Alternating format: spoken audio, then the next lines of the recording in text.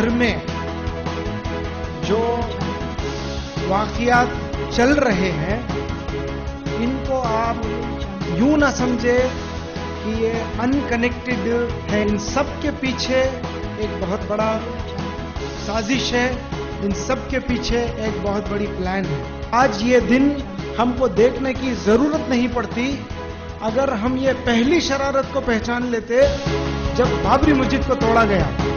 ये ऐसा मत सोचो कि ये एक कौम के या एक कम्युनिटी के, या डायरेक्ट अगर मैं बोलूं तो ये सिर्फ मुसलमान के दुश्मन है, ये गलत बात है। ये तो हकीकत में इंसानियत के दुश्मन हैं, दरिंदे हैं, और ये दुश्मन को पहचानना बहुत जरूरी है। बल्कि इसको पहचानने के बाद में आपको पता चलेगा इसको खत्म करना कितना आसान है। यहां पर मेरी बात उस बात से जुड़ जाती है कि इनकी दुश्मनी सिर्फ मुसलमानों से नहीं है, क्योंकि आप सब उसको पहचान चुके और उसके खिलाफ काम करने के लिए तैयार हो गए हैं। दादरी में एक इंसिडेंट हुआ, अखलाक नाम के एक शख्स को सिर्फ इस शक की बुनियाद पर कि उसने बीफ खाया, बड़ी बेरहमी से मार दिया गया। 3 मुसलमानों को इस शक पर कि इन्होंने गाय चोरी की थी, मार मार कर बेरहमी से मार दिया गया। कत्ल हुआ 3 नौजवानों का, किसी को आवाज नहीं आई, वो मीडिया में उछाला नहीं गया, किसी को पता नहीं चला। एक दलित का कत्ल हुआ था इसलिए कि वो दलित एक मरी हुई गाय का चमड़ा छील रहा था, इसलिए वो दलित को इन लोगों ने कत्ल कर दिया।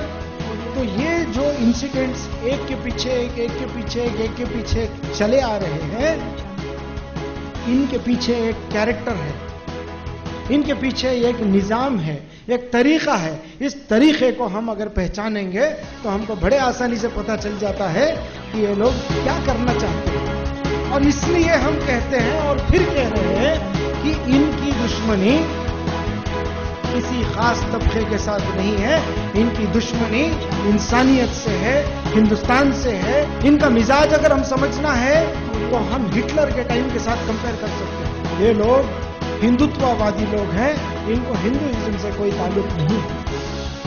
अच्छा, अगर इनको हिंदुओं से कुछ मोहब्बत होती तो ये रिजर्वेशन के खिलाफ क्यों होते हैं? बिहार इलेक्शन के पहले मोहन भागवत उसने ओपनली एक स्टेटमेंट दिया था कि हम लोगों को रिजर्वेशन कंप्लीटली हटा देना चाहिए, कि ये उन सब लोगों के मुखालिफ, उन सब लोगों के दुश्मनी रखते हैं जो इनकी बात को मानते नहीं हैं।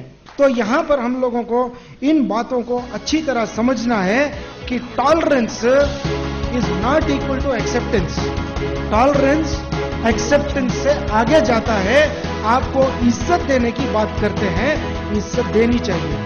पॉपुलर फ्रंट ऑफ इंडिया पिछले कई सालों से इस दुश्मन के पीछे ऐसा लगा हुआ है कि वो हमें टेररिस्ट कहते हैं। शायद हमने उनके दिल में टेरर डाल दिया हो, इसलिए हमें टेररिस्ट कहते हैं। जब भी हमारे को किसी भी इंसानी हुकूक के खिलाफ वर्जी नजर आई, पॉपुलर फ्रंट ऑफ इंडिया आगे रहा है। Popular front of India in दुश्मनों की चाल को एक्सपोज करने में कई सालों से